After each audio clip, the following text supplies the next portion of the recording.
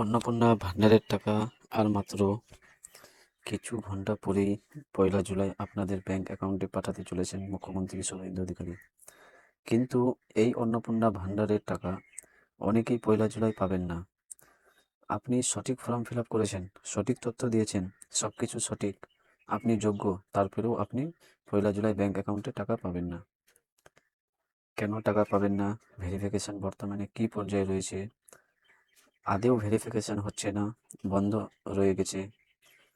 আদেও ১ কোটি বা লক্ষ উপভোক্তা কি ১লা জুলাই টাকা পাবে? এছাড়াও কারা টাকা পাবে? কারা টাকা পাবে না?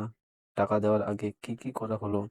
বর্তমানে সমস্ত বিষয় নিয়ে, এছাড়াও স্ট্যাটাস চেকের বিষয়টা নিয়েও আমরা আজকের এই ভিডিওতে আলোচনা করব। তো অবশ্যই ভিডিওটি আপনাদের উপকারে আসবে। শেষ পর্যন্ত ভিডিওটি দেখতে থাকুন। বেশি বেশি করে বন্ধুদের গিয়ে ভিডিওটা শেয়ার করেন, সকলে যাতে খবরটি জানতে পারে। আর এই ধরনের তথ্য আপডেট সবার আগে পেতে চ্যানেলটিকে সাবস্ক্রাইব করে রাখবেন। আর ফেসবুক থেকে যারা ভিডিওটি দেখছেন, পেজটিকে ফলো করে রাখতে ভুলবেন না। তো আমি এই অন্নপূর্ণা ভান্ডারের ভেরিফিকেশানটা একটু আলোচনা করছি, নইলে আপনারা বিষয়টা বুঝতে পারবেন না। টাকা কারা পাবে, কারা পাবে না, সেই বিষয়টা যখন আমরা বোঝাবো, তাহলে একটু বুঝতে সুবিধা হবে। দেখুন, এই যে অন্নপূর্ণা ভান্ডারের টাকা দেওয়ার আগে যে ১লা জুলাই টাকা দেবে, তার আগে মানে কি কি পদক্ষেপ নেওয়া হয়েছে সরকারি স্তরে, সেগুলো আমি বলছি। ৩টা ধাপে ভেরিফিকেশান হচ্ছিল। একটা হচ্ছে প্রথম যে ধাপ, সেটা হচ্ছে ইনকোয়ারি। সেই ইনকোয়ারি কারা করছিল? অনেকের এলাকায় এলাকায় আশাকর্মীরা বা আইসিডিএস এর কর্মীরা বাড়ি বাড়ি গিয়ে তারা ইনকোয়ারি করছিল। অনেক ক্ষেত্রে পঞ্চায়েত থেকে বা পৌরসে থেকে তারা নিজেরা অফিস থেকে বসেও ইনকোয়ারি করেছে। এবার যখন আপনার ইনকোয়ারি হয়ে গেল, ইনকোয়ারি করে ওনারা যখন করে দিচ্ছেন, মানে ওটা ভেরিফাই অফিসের কাছে যখনই পাঠিয়ে দিচ্ছে, মানে প্রথমে এনকোয়ারি করে অ্যাপ্রুভ করতে হচ্ছে, মানে আপনি সঠিক যোগ্য সেটা তাদেরকে প্রসেসে পাঠাতে হচ্ছে।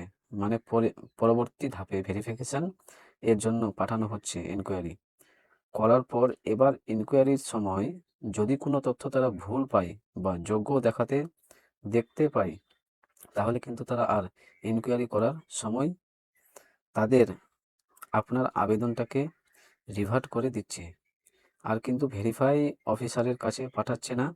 ভেরিফাই করার জন্য কিন্তু পাঠাচ্ছে না।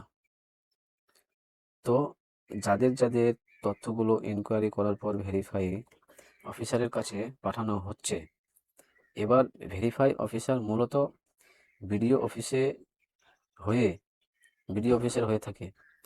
তো সেই বিডিও অফিসের স্টাফ, যিনি ভেরিফাই অফিসারের দায়িত্ব রয়েছেন, তিনি আপনার আবেদনগুলোকে অ্যাপ্রুভ করছে। এবার ওখান থেকে অ্যাপ্রুভ করার পর সেটা জেলার কাছকে চলে যাচ্ছে। জেলা থেকে সেগুলোকে সবাইকে অ্যাপ্রুভ দিয়ে দিচ্ছে। বিডিও যখন অ্যাপ্রুভ দিয়ে দিচ্ছে জেলা থেকে, আর সেই রকম বাদ যাচ্ছে না, জেলা থেকেও অ্যাপ্রুভ দিয়ে দিচ্ছে। তারপর আপনার নাম ফাইনাল যে লিস্ট, যেটা ১ তারিখে টাকা দেবে, সেই লিস্টে কিন্তু আপনার নামটা উঠছে। এইভাবে কিন্তু নাম তোলার কাজগুলো চলছিল। এবার অনেক জায়গায় আশা কর্মী বা আইসিডিএস এর কর্মীরা কোনো ভেরিফিকেশনেই যায়নি। যেমন আমাদের এলাকার কথাই যদি বলি, এখানে কোনো ভেরিফিকেশন আসেনি, কিন্তু আমরা খবরে দেখতে পাচ্ছি বা বিভিন্ন ভিডিওতে দেখতে পাচ্ছি অনেক এলাকায় কিন্তু যাচ্ছে। এটা সত্যি বাস্তব বিষয়। আমাদের এলাকায় আসেনি, অনেক এলাকায় আমাদের পাশাপাশি সেখানেও আসেনি। তাহলে এখানকার মানুষগুলো কি টাকা পাবে না? তাদের ইনকোয়ারিগুলো তাহলে কি হবে না? এখানে একটা প্রশ্নের চিহ্ন যে থেকে যাচ্ছে যে, তো সেক্ষেত্রে অনেক জায়গায় যাদের এলাকায় আশাকর্মীরা যাচ্ছে না, তাদের ইনকোয়ারিগুলো কিন্তু অফিস থেকে ডকুমেন্টগুলো দেখে তারা কিন্তু করে দিচ্ছে। ঠিক আছে? এবার হাজার হাজার আবেদন জমা পড়ছে, কারটা কখন এনকোয়ারি করবে, এভাবে তো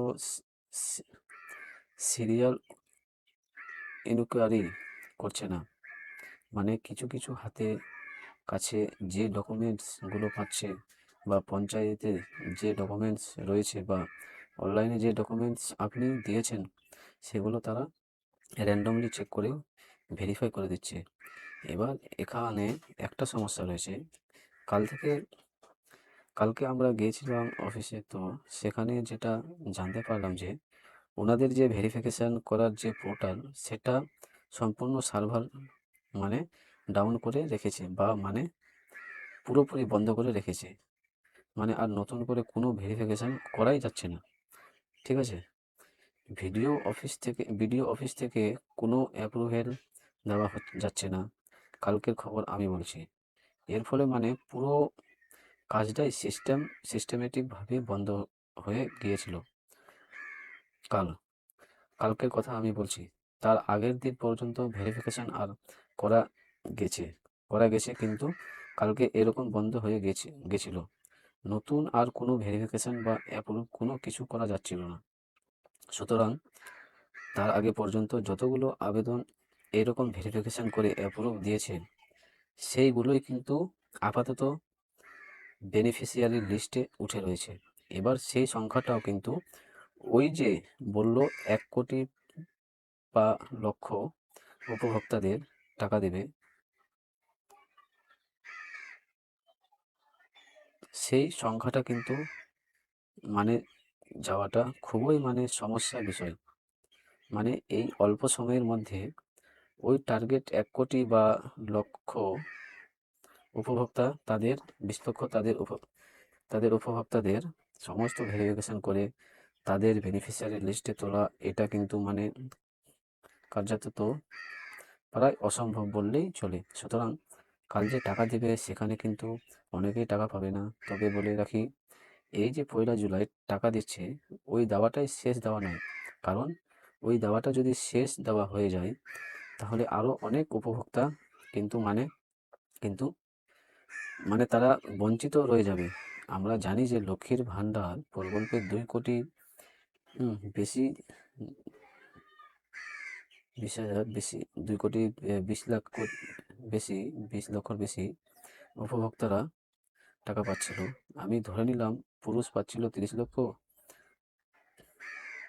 তাহলে 30 লক্ষ বাদ দিয়ে দিন। কিছুজন এসআইআর এর নাম বাদ গেছে, তবুও বাদ দিন, ওনাদের বাদ দিন। আপনি কিছুক্ষণ তারপরেও কিন্তু প্রায় 1.5 কোটির বেশি উপভোক্তা তারা যোগ্য থাকবে। তারা তো লক্ষ্মীর ভাণ্ডারের পাবে। এই অন্নপূর্ণা ভাণ্ডার তারা তো পাবে।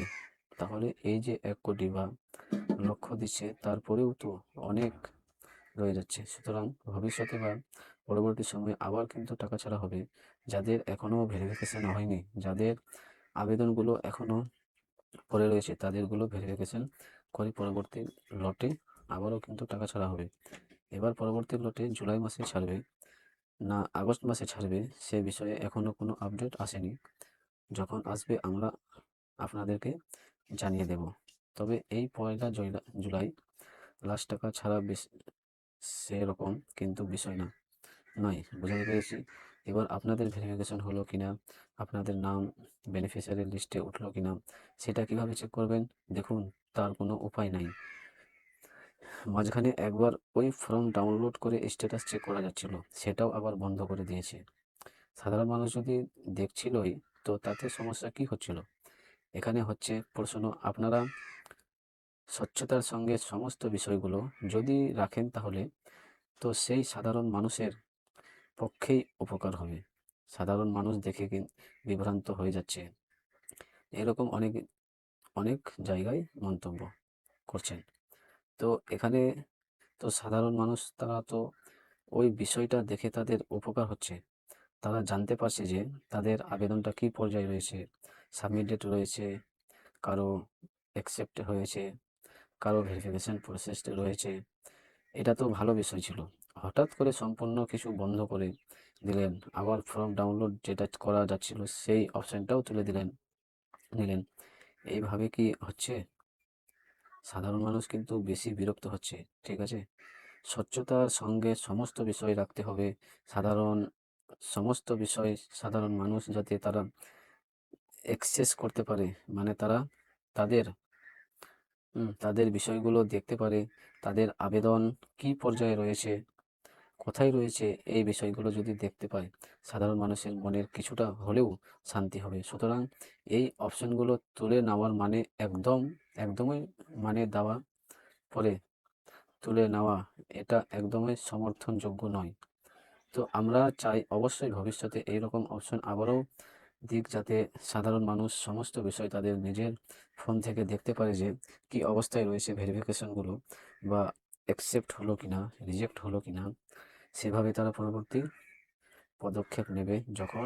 এখন তো সাধারণ মানুষ জানতেই পারছে না, তারা মানে এই যে 1 জুলাই টাকা পাবে কি পাবে না, সেই নিয়ে চিন্তায় রয়েছে।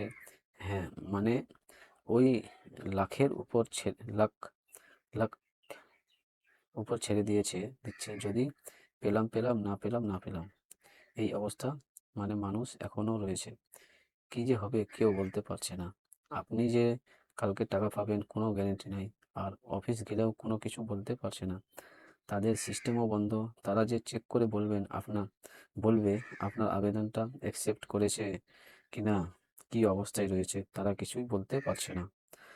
তাহলে পুরো বিষয়টা কিন্তু মানে এমনভাবে মানে পরিচালনা করা হয়েছে, বা এমনভাবে সিস্টেম তৈরি, বা সার্ভারের এমনভাবে সমস্যা হয়েছে, এর ফলে কিন্তু একটা সমস্যা সৃষ্টি হয়েছে। সুতরাং আপনাদের এখন স্ট্যাটাস চেকের কোনো অপশন নেই, কোনো কিছুই করার নেই। চুপচাপ বাড়িতে বসে থাকা ছাড়া কোনো উপায় নেই।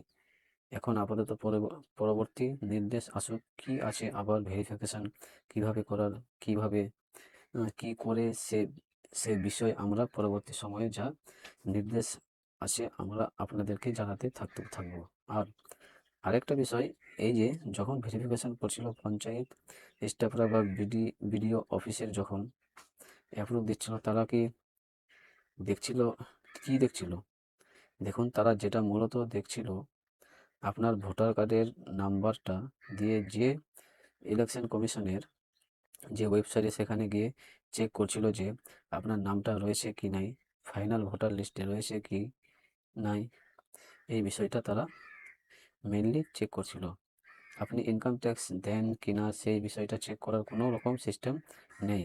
সেটা ইনকাম ট্যাক্সের ডিপার্টমেন্টের কাছেই থাকে। হ্যাঁ, কোনোভাবে আপনার প্যান কার্ডের নাম্বার দিয়ে তারা চেক করতে পারছে না যে আপনি ইনকাম ট্যাক্স তাদের আদৌ দেন কি দেন না, বা আপনি সরকারি চাকরি করেন কিনা, সেটাও চেক করার কোনো অপশন নেই। এখন এখন তারপর মানে আরও যে সকল শর্তগুলো ছিল, সেই শর্তগুলো আপনি পালন করেন কি করেন না, সেটা চেক করার সেই রকম কোনো এখন আপাতত অপশনও নাই। শুধুমাত্র যে অপশনটি রয়েছে, ওনারা যেটুকু মানে বেশি চেক করছেন, সেটা হচ্ছে ভোটার কার্ডের নাম্বার দিয়ে এসআই এর নাম বাদ গেছে কি যায়নি, সেটা চেক করছে। যদি এসআই এর নাম বাদ দেয়, তাহলে তো আপনাকে টাকা দেবে না। যদি এসআইয়ের নাম থাকে, তারা ওটা কিন্তু চেক করে নিচ্ছে। মানে এসআই এসআইয়ের ফাইনাল ভোটার লিস্টে নাম রয়েছে কি নেই। বুঝাতে পারলাম? হয়তো ভবিষ্যতে আরও মানে ভালোভাবে ইনকোয়ারি করবে বা ভেরিফিকেশান করবে। ভবিষ্যতে হয়তো সেই রকম কোনো গাইডলাইন বা নির্দেশিকা আসবে, তবে আপাতত মানে সেই রকম কোনো ইনকাম ট্যাক্সের দেন কিনা, বা সরকারি চাকরি করেন কিনা, সেই ধরনের সিস্টেম কোনো কিছু নেই চেক করার। আপাতত বুঝতে পারলাম, এবার অপেক্ষা করা ছাড়া উপায় নেই। কাল 1 জুলাই দেখা যাক কতজন টাকা পায়। হ্যাঁ, আপনারা তো দেখতেই পাবেন। আর কালকে আমরা ভিডিও দেব, টাকা দেওয়ার ভিডিও থেকে শুরু করে কারা কারা টাকা পেলো না, বা পরবর্তী নির্দেশ কি আসলো, সমস্ত কিছু নিয়ে আমরা আপনাদেরকে পরবর্তী সময়ে আপডেট দেব।